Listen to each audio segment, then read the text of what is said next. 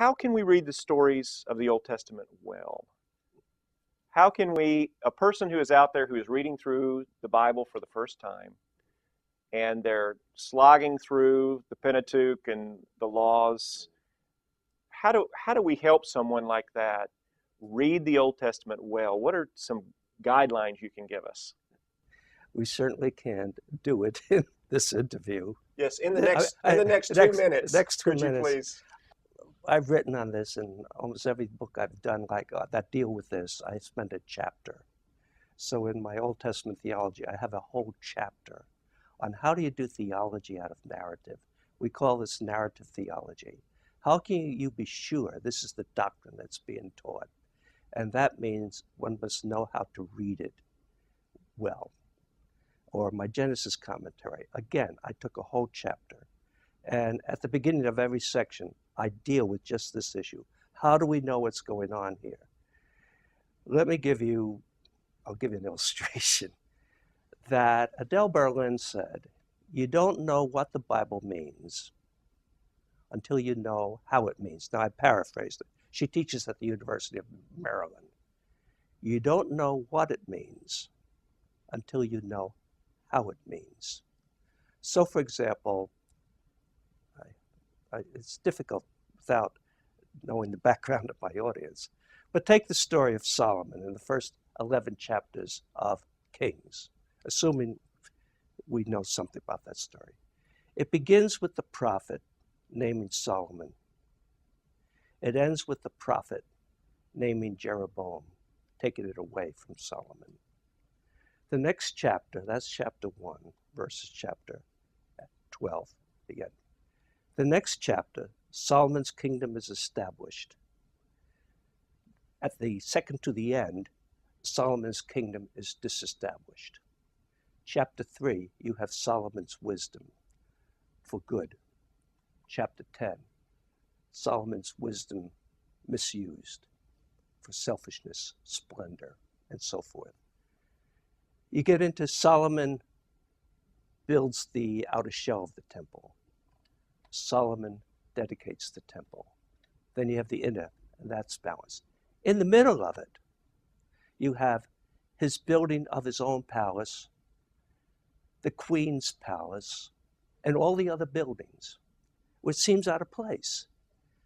Now, what happened there is we call that chiastic parallelism. You had A prime, B prime, as in a pyramid with a focal point. Now, with that kind of literature, when you get that kind of structure, the point of it, the message of it, is principally that X. Right in the middle. Right in the middle. And right in the middle of the narrative, you have the story of his building his own palace and his queen's palace. In other words, he put his palace ahead of completing the temple. I pointed that out in the church, and an elder, this was during the late 1990s when the market was going gangbusters. An elder of the church said, other elders have resigned from my church. They want to take this moment to make money. And I was thinking of resigning too, until I saw that pivot. And I realized I was not going to put my portfolio before the church, before God. Well, unless you know that, you don't understand that story.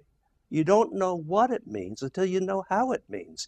And that's why we have seminaries to help people to understand. So you can't answer these questions that quickly, really, but it gives you a taste of it at any rate. So it's a very good question. So people can begin to learn. This is not rocket science either. No. It takes a degree of skill, but people can begin to learn to look for these kind of patterns in the Old Testament. That's correct. And can use the very good tools that we have out there, like your commentary on Genesis and other books, which will give people guidance in how to read the text well. My training in university, I put on the lens of source criticism. I could tell you what's J, what's E, what's B, what's D. I have that lens. That's the lens I was given to analyze. I took those lenses off, and I put on another set of lenses that enabled me to see the text for what it is. And then I could see what it meant really clearly. I was trying to encourage students. I said, I didn't know how to read the Bible till I was 65. And I thought I was going to encourage them. We're all learning, you know. They said, Oh, great. Well, so the main point is that we can't read the Bible well unless we learn how it works. Yeah, and There are many. it needs balance here. It's like I think it was Augustine who said, "The Bible is shallow enough for a child to wade in it, deep enough for an elephant to drown in it." And so, knowledge is always imperfect. And part of the problem I'm having here is I might discourage people who can understand the Bible. Right. There's enough there to keep us busy and to live by it. One time I had a student say to me, he said, did anybody understand the prophets? It's the most difficult literature to read. And I said, well, enough to kill them. Well, got the basic point. right. So I don't want to discourage people, but we do want to encourage people to get into the depth and not to abuse the Bible either. Well, and what I say to my students is there are various levels of reading. The beginner can immediately begin learning things and seeing things in the text that are understandable, that they can gather. The problem is if we always live there and we are not in a process of growth and understanding and what I would say is leaning into the text, trying to hear what God is saying and learning the skills to learn to read it better. It's a Christian virtue. A Christian virtue is diligence, truth, development. Right. That's a Christian virtue. And apathy and laziness, indifference, those are not Christian virtues. And I think we need to be encouraged in those virtues too, to encourage people to engage their minds as well as their spiritual exercise of prayer, for example. And I find that when we develop those skills, when it's integrated with the heart, then it becomes very transformative in our lives. Exactly. I like that word, transformative. Because otherwise, see, I've learned as a teacher, there are two problems we have. We deal with knowledge to a large extent. Knowledge has two problems to it. It's a virtue, but it's also a vice, unlike other virtues which are pure. But knowledge is not pure. And knowledge that we're engaged in here, it always tends to puff up. It always tends to have pride. You get two knowledgeable people, there's always going to be a little bit of tension between them. And that's wrong. But it occurs. It's the reality. And the other thing is, it's always imperfect. And what happens then is you get anxious. You become a workaholic.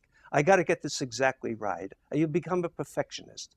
And I've learned that you have to overcome the virtues of knowledge with pure virtue, so that you must overcome what Paul says, it puffs up with love, and die to self and understand who you are. But it has to be overcome with pure virtue of love.